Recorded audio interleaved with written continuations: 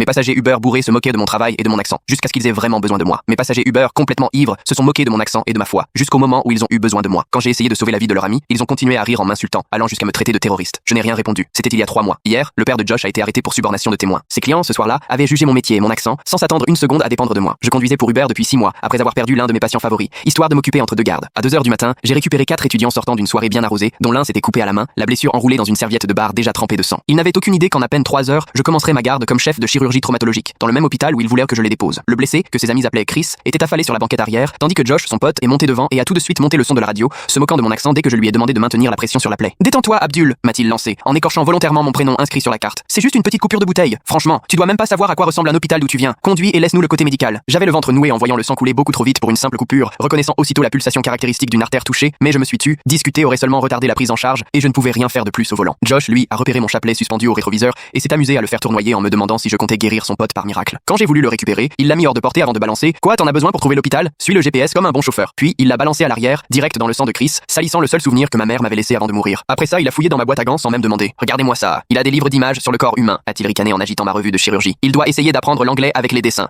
Chauffeur, tu sais lire ces mots compliqués? J'ai serré les dents et j'ai continué à rouler, faisant mes calculs. Chris avait au mieux une demi-heure avant que les choses ne deviennent graves. Mais quand j'ai tenté d'accélérer, Josh a attrapé le volant et l'a violemment tourné. Doucement, terroriste. T'es pas dans ton pays où on roule n'importe comment. On va te coller une étoile si tu conduis comme un taré. Chris pâlissait à vue d'œil, l'air de plus en plus absent. Des signes que je connaissais par cœur, ceux du choc hémorragique. Quand j'ai orienté le rétroviseur pour mieux le surveiller, le troisième, Jackson, s'est vexé et m'a lancé. Arrête de nous mater, sale pervers. Il a fini par retrouver mon badge d'hôpital coincé entre les sièges. Agent d'entretien à l'hôpital Sainte-Marie, a-t-il lu sans y prêter attention. Il passe ses journées à laver les sols et il fait semblant d'être chauffeur la nuit. Josh s'est mis à me poser des questions médicales sur un ton méprisant, style: t'as déjà vu du sang, toi? Chez toi, il y a des vrais médecins? Je ne répondais pas, trop occupé à trouver l'itinéraire le plus rapide, tout en surveillant la respiration de Chris, de plus en plus laborieuse. Dans leur tête, mon silence était de la bêtise. Même pas foutu de répondre, a lâché Josh. C'est pour ça que les immigrés devraient n'en pas avoir de boulot où faut parler à des vrais Américains. Chris a subitement vomi du sang sur la banquette, mais ses copains ont simplement éclaté de rire, disant que j'allais m'amuser à nettoyer tout ça. Josh a même sorti son portable pour filmer, persuadé de tenir là la pire course Uber de tous les temps, et il a zoomé sur mon visage dans le rétro en commentant que j'avais l'air coincé et que je comprenais sûrement rien à ce qui se passait. Je voyais la jugulaire de Chris gonfler sous la peau, signe que sa tension dégringolait. J'ai essayé de leur expliquer que leur ami était en danger immédiat, mais Jackson s'est mis à singer mon accent d'une voix exagérée. Ton pote a besoin d'aide, a-t-il braillé. Peut-être que chez toi on meurt d'une coupure de papier, mais ici on est solide. Josh, lui, a commencé à dicter à voix haute son avis Uber,